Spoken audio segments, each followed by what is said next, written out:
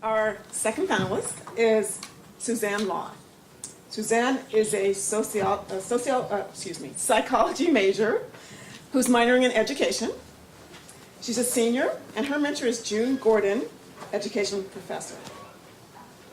Suzanne is studying to be a teacher, and in recent years, she has held a number of positions as a teacher's assistant for an elementary school and programs for pre-K students. Suzanne has been accepted to and plans to attend graduate school next year at UC Davis. Yes. Her research interest is first and second generation Asian and Asian American students' identity development. In particular, how their identity development either conflicts with or sustains home cultures.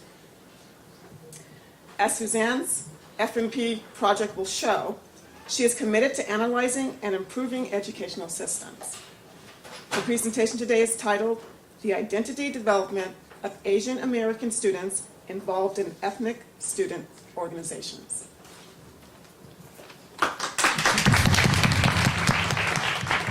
just want to say, I have been Suzanne's, I won't say her mentor for 3 years, but we have been engaged in teaching and a process of development and growth. Suzanne's been an amazing student, and to see how she has evolved over the last 3 years is quite remarkable. I also want to say, the fact that there are so few Asian Americans entering the field of teaching gives Suzanne an added responsibility, because most students perceive that within the Asian American community that teaching is something that is not only difficult but also something that they are somewhat hesitant to engage in because of the complexity of issues, as was just laid out by our prior speaker. And yet Suzanne is willing to engage these issues, and I know from all the work that she's done that she will do a fantastic job. So thank you, Suzanne, for being a part of my life for 3 years. Thank you, June.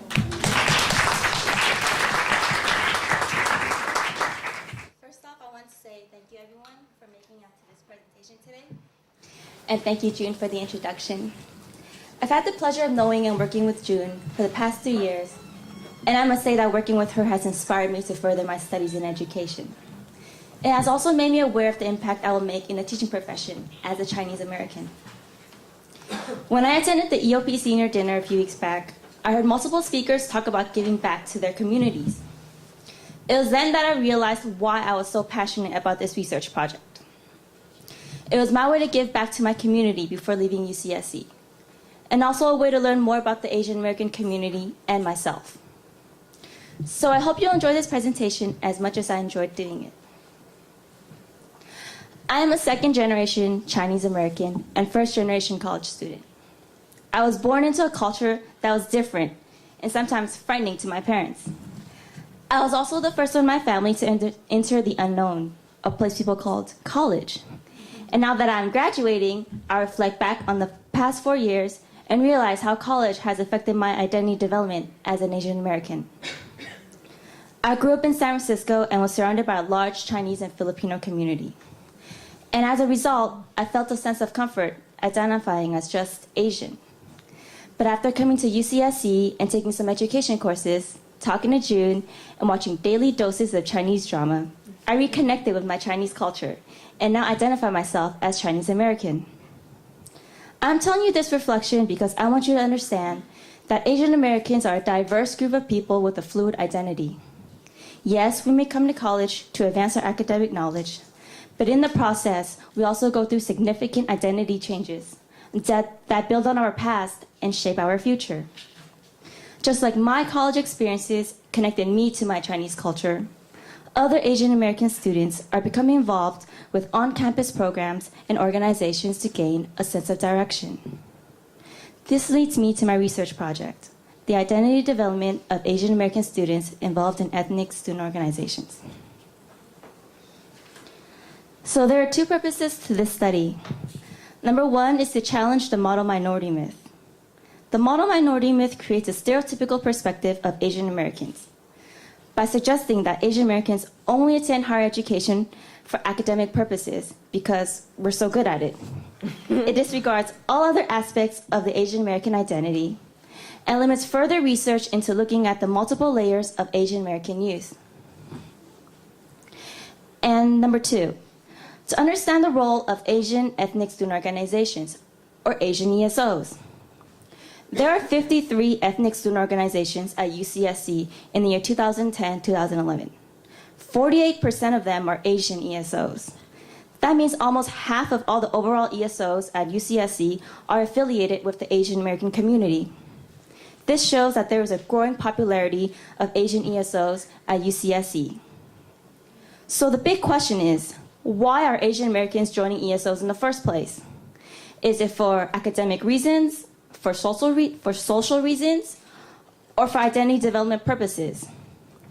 By finding out the reasons why Asian Americans are joining ESOs, we can then understand the purpose and goals of ESOs in serving this generation of Asian American students. So some previous research looking at the student participation in Asian ESOs found mixed feelings in overall satisfaction. Some literature suggests that Asian ESOs create an awareness and understanding of Asian American issues and interests. ESOs also provide an outlet for Asian Americans to share their own cultures and to also learn about other cultures. But other research suggests that Asian Americans dislike that idea of an all-minority student group and would rather mix socially with the white students. This leads me to my 3 research questions. Number 1, why are Asian Americans joining ESOs? Number 2, do Asian Americans' pre-college ethnic identity influence them to join a particular ESO? And number 3, how does being involved in ESOs help Asian Americans retain or abandon their pre-college ethnic identity for an alternative one? So there were a total of 50 participants in my research project. They were split into 2 groups, the interview group and the survey group. The interview group consisted of 14 participants from 14 different Asian ESOs. They held leadership positions in their ESOs and conducted a 60-minute face-to-face interview. Email interviews were sent to participants that could not meet in person.